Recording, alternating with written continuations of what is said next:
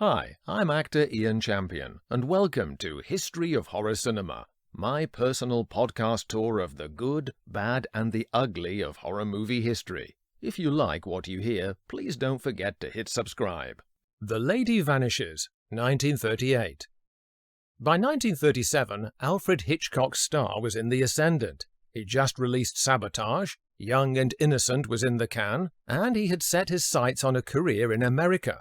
It wasn't just the lure of the greater fame and visibility that appealed to him. There was the more pragmatic concern of getting away from the restrictions and drab conditions of his homeland. One of the key factors in the original choice of Los Angeles for the location of Hollywood studios was its guarantee of 300 days of sunshine a year. In England, Hitchcock was increasingly demoralized by shooting days he continually suffered due to British weather. The sky was always grey, the rain was grey, the mud was grey, and I was grey. A possible ray of sunshine through the clouds was the man whom he had recruited to solve his third-act problems with blackmail and boosted into a filmmaking career.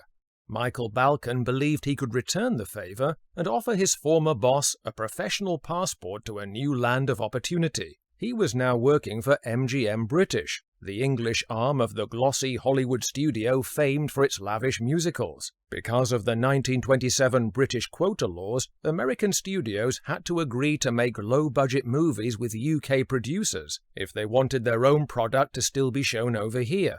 It was a noble attempt to break the Hollywood monopoly by giving British producers a fairer share of the marketplace, but it failed. The resulting films were derided as quota quickies, doing their duty but with as little commitment as possible. However, Balcon saw the benefit of the exchange side of the deal, whereby a British director could work in America as a loan-out. This was the carrot he dangled before Hitchcock in 1937. Hitchcock signed with the powerful Selznick agency in New York, run by super agent Myron Selznick and representing his brother David, who was about to embark on his legendary Gone with the Wind saga. Hitchcock, with his wife Alma and daughter Pat, sailed for New York to drum up some self-publicity. This was literally a dream come true for the young director. Since boyhood, he had studied maps of the city and knew the layout like a native. He hit the ground running, already developing movie ideas with Alma. He had negotiated her as part of his team, albeit unpaid. Mindful of career risk, Hitchcock and the Selznicks bargained for him to straddle both British and US studio work. Meanwhile, another cultural gauntlet he needed to run was the voracious American press. He was shrewd enough to play upon his well-fed size, gamely allowing his appearance to be reported by journalists looking for a colourful angle. Though his feelings were later hurt by the persistent fat jokes at his expense, this didn't stop him allowing his trademark silhouette to become part of what we now call his professional brand. But despite the media coverage of his great appetite for food and ambition, Hitchcock returned to London with only his US agency representation to show for it. He thus knuckled down to his next concrete project, the very English mystery whodunit romance The Lady Vanishes. This was another book-to-screen adaptation of a novel by Ethel Lena White, which in turn was inspired by a true story. An elderly lady guest went missing from a hotel in Paris's Place de la Concorde during their 1889 exposition. White took this premise and refocused it as a mystery centered around a young woman, Iris Carr, who befriends Miss Froy, an elderly school governess, before their train journey across Europe. Miss Froy disappears, and when Iris asks for help, none of the other passengers who saw them together will admit she ever existed. Iris gradually feels she is being gaslit in a conspiracy she cannot prove, and as her sanity crumbles, a British male traveller comes to her rescue and helps her in unravelling the intrigue. On paper, the book was ideal base metal for Hitchcock's team to forge gold, with its Agatha Christie sleuthery and the Hitchcockian trope of an unlikely, mutually mistrustful pair seeking to prove innocence and identify a real culprit. A screenplay landed on Hitchcock's desk that had already adapted the novel with elements he would appreciate.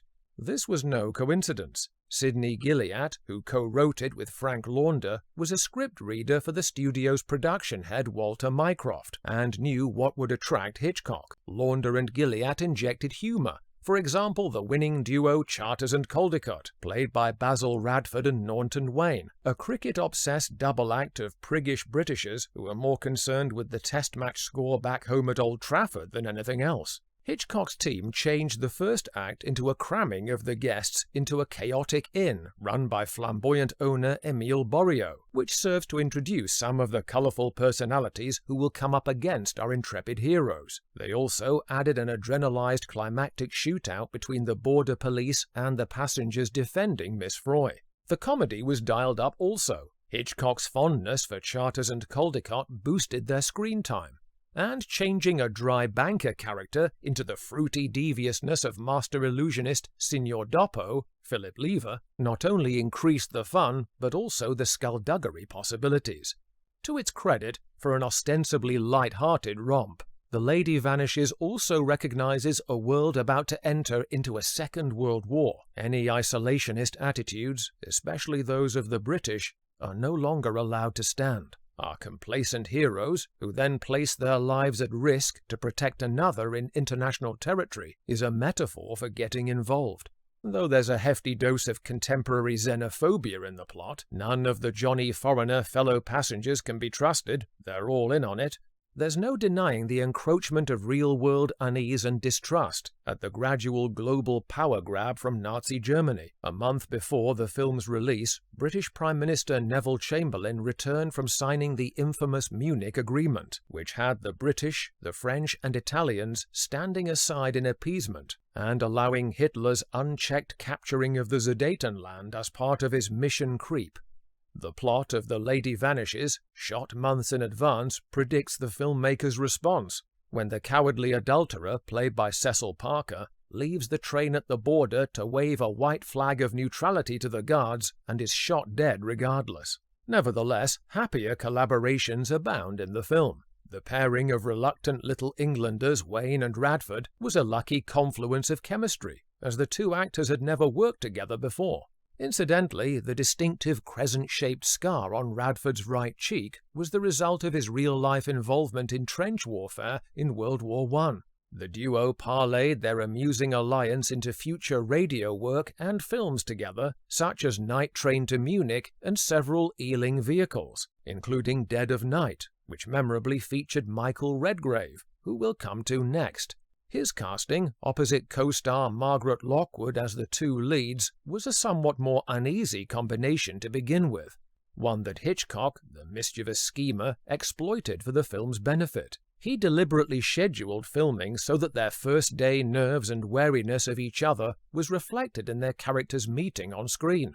It turns out to be a great version of what rom-com formulas nowadays call the meet cute, as they squabble over their hotel rooms and his inconsiderate noisiness, neither one giving quarter to the other, as strong characters vying humorously for supremacy. Redgrave came from an illustrious reputation in classical theatre, and would go on to found a remarkable dynasty of actors. Lockwood was a RADA-trained beauty. The two had recently danced together at a charity ball, and though press photos implied an ineffable chemistry, it didn't exactly qualify as an introduction when working together.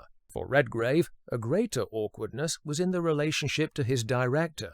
He was mistrustful of film as a medium, something of an intellectual snob, as he admitted. This was actually quite common among stage actors, many of whom, including fellow luminaries Laurence Olivier and John Gielgud, took some time to respect and embrace the value and technique that the screen demands. Redgrave also felt Hitchcock considered him over-serious and arty, and thus an easy target for his earthy wit. Redgrave recalled, "I do not know whether his infamous 'actors are like cattle' remark was coined for my benefit, but I well remember his saying it in my presence." In the future, Hitchcock aimed to correct this famous quote as a misunderstanding, insisting that he meant that actors should be treated like cattle, in the sense of allowing themselves to be positioned for the benefit of the camera.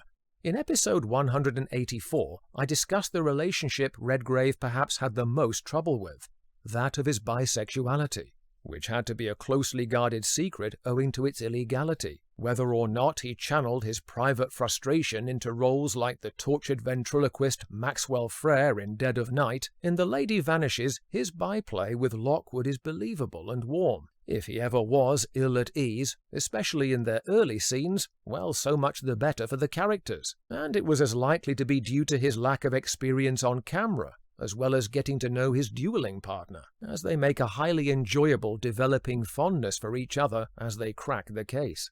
The opposite dynamic, though, emerged between Hitchcock and his writers upon the release of The Lady Vanishes in September 1938. While it collected stellar reviews, Launder and Gilliatt were stung by a recent New Yorker interview by Russell Maloney, which claimed that a Hollywood picture is 99.44% Hitchcock. As I covered in episode 240 about blackmail, it was true that most of his scripts were subjected to intense dismantling and rebuilding from the ground up by his team, but their screenplay was far more advanced when presented to him. And it was a spec script, meaning it was offered as an uncommissioned work, not instigated by him in any way. Hitchcock protested his innocence in various ways, including some ham-fisted attempts at mitigating humor.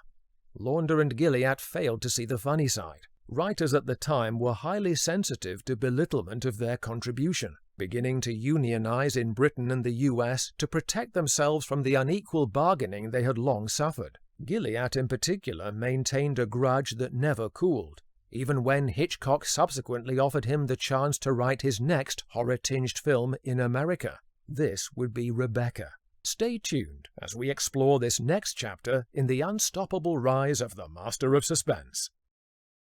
Thanks for listening. If you like what you hear, please don't forget to hit subscribe.